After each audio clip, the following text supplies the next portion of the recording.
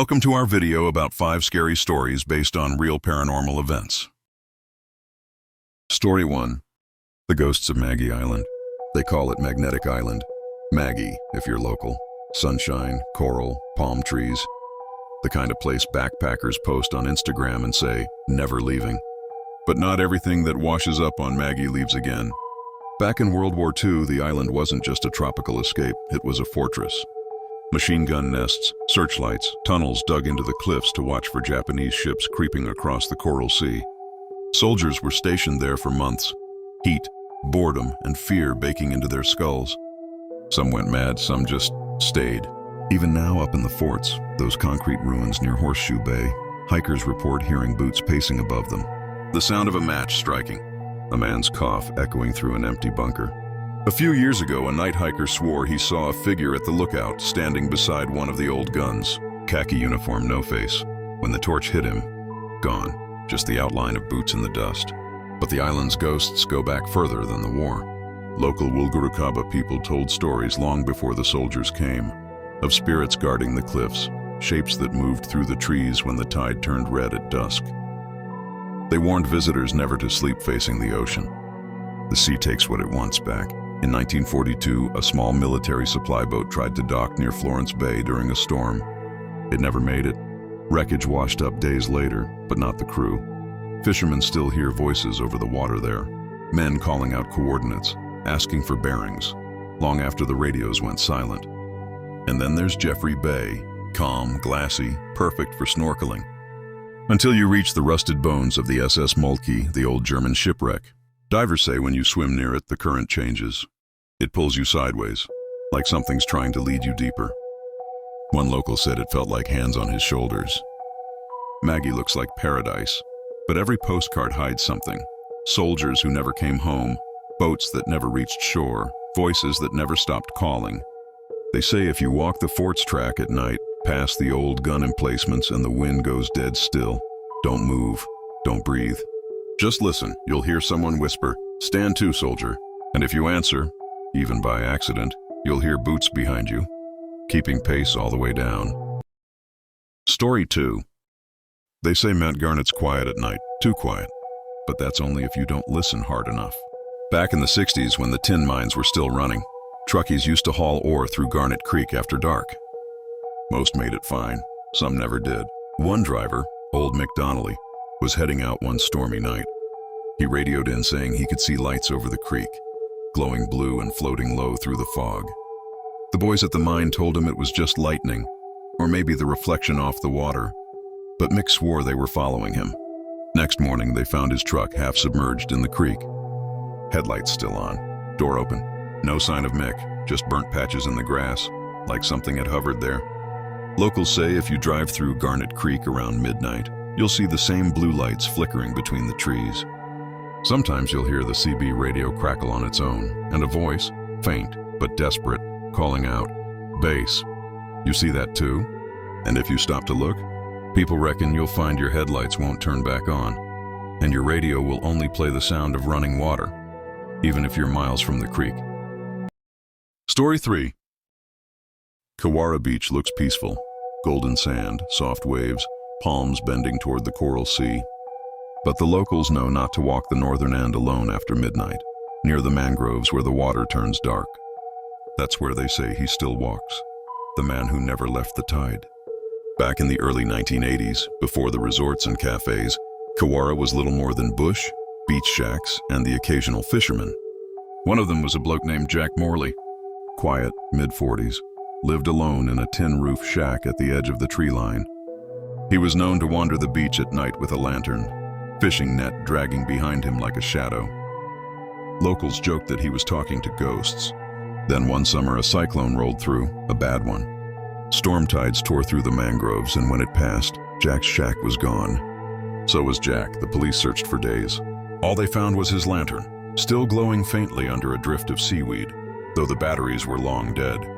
After that, strange things started happening along that stretch of beach. In the months that followed, people reported seeing a light moving along the shoreline at night. Not bright, just a faint yellow flicker, like an old lantern swinging in the wind. The dogs would bark at the darkness, and the locals began calling it Jack's Light. A couple walking home from the tavern once saw a man standing ankle-deep in the surf at 2 a.m., staring out to sea. The tide was low, the moon high. When they called out, he turned, but his face was wrong. Swollen, pale, eyes black as coral holes. Then he vanished as the next wave hit the sand. The next morning, the couple found wet footprints leading up from the ocean to the dunes. But they stopped halfway, fading into nothing. The Yirganiji people, the traditional owners of the area, tell of a spirit they call Ngajiji, a sea wanderer who guards the border between the living and the drowned. The old stories say that when someone dies at sea but isn't given the proper rites, Ngajiji takes their soul and binds it to the tide until the ocean releases them. Locals now say Jack met the same fate, swept out, never laid to rest. Every year around the cyclone season, when the humidity rises and the sea haze thickens, people claim they can hear a man's voice calling from the shore. The tide's turning, come home. Some say it's just the wind through the palms. Others swear it's him, warning those foolish enough to walk too close to the mangroves at night. In 2016, a teenage boy from Trinity Beach went missing after sneaking out with friends for a night swim at Kawara. They said he heard a man singing, faint, broken like an old sea shanty, and followed the sound down the beach. When they turned around, he was gone. Police found his phone the next morning washed up beside the rocks. The last video recorded just wind waves, and faintly in the distance, a man humming. The case remains unsolved. The locals didn't search that night. They knew. They said, the sea took another one. Ask anyone who's lived there long enough. They'll tell you. Never walk past the last lifeguard post after midnight. Never answer if you hear your name whispered by the waves. And if you see a light moving near the mangroves, turn around and go home. Because sometimes the sea doesn't give back what it takes. And Jack Morley still walks that stretch of Kawara Beach, lantern in hand, eyes black as coral holes, waiting for company in the tide. Story 4. Kilcoy sits in the rolling hills, bushland, and creeks of southeast Queensland. The forests here are dense, dark, ancient. One of the most famous encounters happened in December 1979 near Sandy Creek, 4 kilometers from town. 2 young lads camping on private property were hunting pigs under a sliver of moonlight. Guns loaded, the bush silent. And then something moved. They heard branches crack. A low rumble. One of them flicked his torch into the dark. There it was, a creature 2 to 3 meters tall, brown hair matted, figure standing upright. Footprints were found afterwards, huge, obscure, cast in plaster by the boys and their teacher. The local paper ran their photo, terrified faces by a giant footprint. The town buzzed. A statue went up in Yowie Park. The legend took hold. Long before the 1979 sighting, Aboriginal oral history spoke of a creature roaming these lands. According to Elder Uncle Willie Mackenzie, Jinnabara people, a man called Yowie was once a great hunter. He stole a woman promised to another, was banished, and condemned to wander as a hairy monster through the bush around Kilcoy. The locals say if you're quiet at night, you may hear it, branches tearing, an acrid stench, a hulking shape bounding through darkness. Back at their campsite, the boys fired shots. The beast ducked back into the gloom, gone in a heartbeat. They spent the night wide-eyed, side by side with loaded guns waiting for dawn. When morning came, the tracks told the story, a path out into trees, deep and deliberate. The statue followed, not just as a tourist gimmick, but as a marker of something the town couldn't unpack. Even today, Kilcoy uses the Yowie for branding, coffee, loaves, burgers. But the myth remains uneven. Some locals swear they've seen eyes in the bush. Others dismiss it as cow dung and imagination. So here's your takeaway. If you're out late near bushland around Kilcoy, keep your torch ready, but maybe don't slam it on. If you hear an unnatural rumble or see something stride upright in the darkness, don't rush to take a photo. Footprints over 50 centimeters long, hair in trees, that stench of something old and wild. Folks say those are the signs. Whether the Yowie is myth, misidentified kangaroo, or something else entirely, doesn't matter. What matters is this: the bush remembers, the night listens. And the next time you're wandering the flats around Sandy Creek, torch in hand, remember, you may not be alone. Because some legends don't stay comfortable. They walk home aware of you. Story 5. Locals say the Ross River's peaceful until night falls. After dark, that water gets mean. Now everyone knows about the crocs and bull sharks, right? But that's not what people in Kelso whisper about. They talk about the thing that walks the riverbanks. In the mid-2000s, a few mates were camping out by the water near Kelso.